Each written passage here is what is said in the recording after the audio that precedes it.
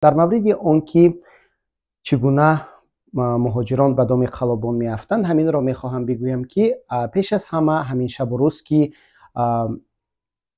اکثر مهاجران از روسیه دیپورت میشوند و یا اینکه به آنها اجازت ورود شدن به این کشور را نمیدهند، طلبات و یا اینکه توجه به کشورهای دیگر افزون میشود.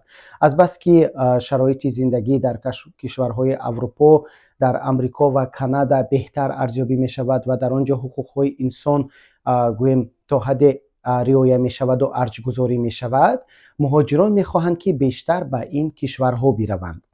خب طبیعی است که برای وارد شدن به حدود اروپا، امریکا و کانادا برای شهروندان تاجیکستان ویزا لازم است و این نه تنها امسال بلکه تجربه سالهای طولانی هست که متاسفانه به شهروندان تاجیکستان ویزا آسان داده نمی شود، چون که میدانند که برای اکثر شهروندان برای کار میخواهند به کشورهای اروپا و امریکا و کانادا وارد شوند یا اینکه میروند و نمی بیایند. و اما اگر شما سندهای ضروری را که موافق به طلبات قانونگذاری این یا آن کشور در مورد دادن ویزا است رعایت کنید و نفر داشته باشید که شما را دعوت میکند یا اینکه با کار تامین میکند، همین گونه سندها را پیشنهاد کنید. البته گرفتن شانس ویزا زیاد است و یکی از نمودهای معمولی که آدمان برای ویزا می سپارند و موفق می شوند و این ویزای جهانگردی است، یعنی ویزای سیاحی. برای گرفتن ویزای سیاحی هم شما باید کنسول ها را متقاعد کنید که شما واقعا به این کشور برای سفر می روید و بازگشته می بیایید.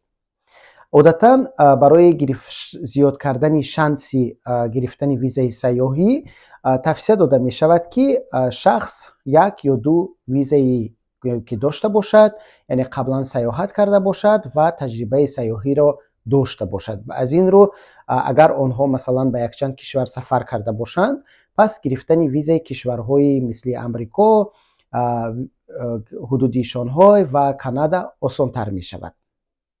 البته این ویزاها را آنهایی می توانند که داشته باشند که اکثرا در سازمان‌های بین‌المللی کار می‌کردند یا اینکه سفرهای کاری داشتند، آنها این ویزاها رو آسان‌تر می‌گیرند.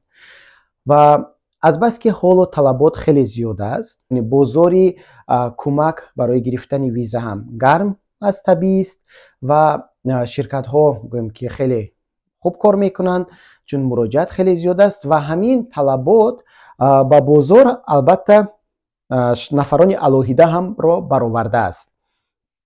یعنی هر یک شخصی که تجربه مراجعت برای ویزا رو داشت، حالا به طوری گویم که مستقل شرکت های خصوصی خودشان تشکیل کردند و آنها خدمت رسانی گرفتن ویزا رو پیشنهاد میکنند.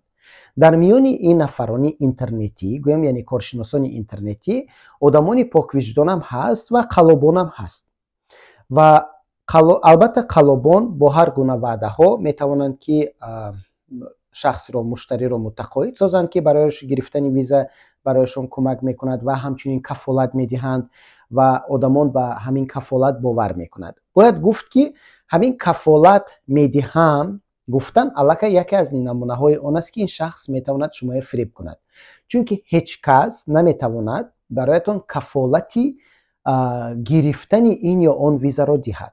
کفالت را تنها کنسول ها میتونن، یعنی تنها کنسول ها تصمیم میگیرند که برایتان ویزا را بدهند یا ندهند. شرکت ها وظیفهشون مثل کاتب هست، یعنی آنها کمک میکنند که شما سندهایتان پوره و درست خانه‌پوری کنید و همون حجت هایی که برای گرفتن ویزا ضرور است همونها رو درست جمع آوری نموده پیشنهاد کنید. یعنی برایتان همون انولوپ یا اینکه یک کنورتی سندهایتان با عریضه تیار میکنند و در وقتی معین شده پیشنهاد میکنند. بعضی سفارتخانه ها عریضه ها رو آنلاین قبول میکنند، یعنی این شرکت ها این آدمان میتوانند که عریضه ها رو به زبان انگلیسی یا اینکه به زبان روسی درست پر کرده از نام شما پیشنهاد کنند. یعنی همین ها هم از نام شما کار میکنند، مثل که شما یک کس رو به کار تعیین میکنید، یعنی به کار قبول میکنید ва бароятон фармоиш иҷро мекунад. тамом, дигар онҳо ҳеҷ кор аз дасташон намебиёяд. ҳеҷ кас бароятон грин картаро кафолат дода наметавонад, ҳеҷ кас бароятон визаро кафолат дода наметавонад, чунки ин тасмими консулҳо ҳаст. онҳо фақат визаро медиҳанд. дигарҳо танҳо корҳои котибро иҷро мекунад, ки агар шахс ки забони англисиро донад, каме дониш дошта бошад, ҳамин корро худаш ҳам карда метавонад. махсусан агар ба гӯем ки шароити гирифтани виза нигоҳ кунед, ҳамон аризаҳо чашмбандӣ нест, душвор нест, ҳар кас метавонад она пур кунад, агар гуфтам ки забона донад ва каме дониш дошта бошад. бахусус формаҳое ки дар амрико ҳаст, ин формаҳо ҳамчунин инстракшн доранд, яъне роҳнамо доранд. шахс метавонад роҳнамоша бухонад, шахс метавонад ки ҳамон аризаро агар бодиққат хонад, худаш ҳамин аризаро хонапурӣ мекунад. яъне аз хизмати ширкатҳо ва аз хизмати одамон танҳо ҳамчун котиб истифода бурдан мумкин аст.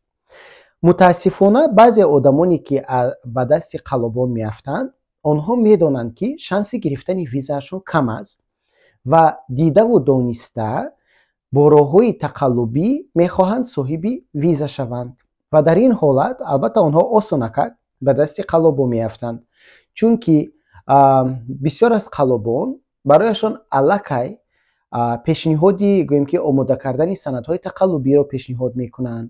яъне ки яке аз санадҳои гӯем ки маъмули тақаллубӣ ин маълумотнома аз бонк аст дар мавриди доштани пул ва аксари сайёҳо сарватманд ҳастанд ба номаш, махсусан аз кишварҳои мо, аммо дар асл дар бонкҳояшон пул надоранд. онҳо ё пулҳои шиносояшонро гирифта мемонанд ва баъд гардонда медиҳанд, ё ин ки бо роҳҳои гуногун ҳамин маълумотномаҳоро ба даст меоранд. ва дар ҳамин ҷо ман тавсия медиҳам ки агар шумо ба ягон кишвар рафтанӣ ҳастед, пеш аз ҳама донишатонро баланд бардоред, забонро омӯзед, чунки куркурона ба кишварҳои Аврупо, Амрикову Канада омадан тавсия дода намешавад. шумо на танҳо барои гирифтани баъд аз гирифтани виза ҳам агар бахтатон хандид, дар ин ҷо зиндагӣ осон нест, ба дасти қаллобони дигар меафтед. ва вақте шумо забона меомӯзед, камтар дониш доред, худатон кӯшиш кунед, ҷустуҷӯ кунед ва барои визаҳо худатон супоред. дуюм, аз хадамоти ширкатҳое истифода кунед ки онҳоро медонед, чунки воқеан ҳам баъзе кишварҳои аврупоӣ онҳо визаро тавассути ширкатҳо медиҳанд. масалан дар тоҷикистон намояндагии кишварҳои онҳо нест ва тавассути ширкатҳои гӯем ки ёридиҳанда ва ҳамкорони онҳо мешавад ба рӯи виза супурд ва маблағе гӯем ки сафарро метавонед сарфа кунед. ҳамин гуна масалан ман чунин визарои Денмаркро чанд бор гирифта будам, яъне Копенҳаген, ва ҳамчунин визаи Бразилияро гирифта будам ки намояндагии онҳо дар Москав буд ва албатта истифода аз хадамоти ширкатҳо барои ман сафар ба Москав ва баъд чанд рӯз дар он ҷо зиндагӣ карданро сарфа карда буд.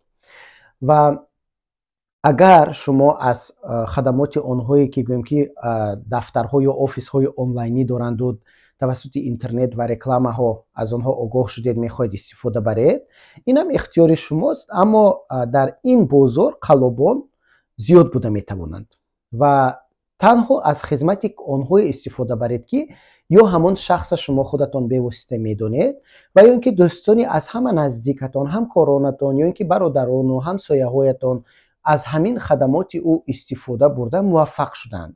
ба комментарияҳо ман тавсия намедиҳам ки бовар кунед, чунки комментарияҳоро метавонад бодхо нависанд ва ҳамчунин комментарияҳоро ёру дӯстони ҳамон қаллобон навишта метавонанд.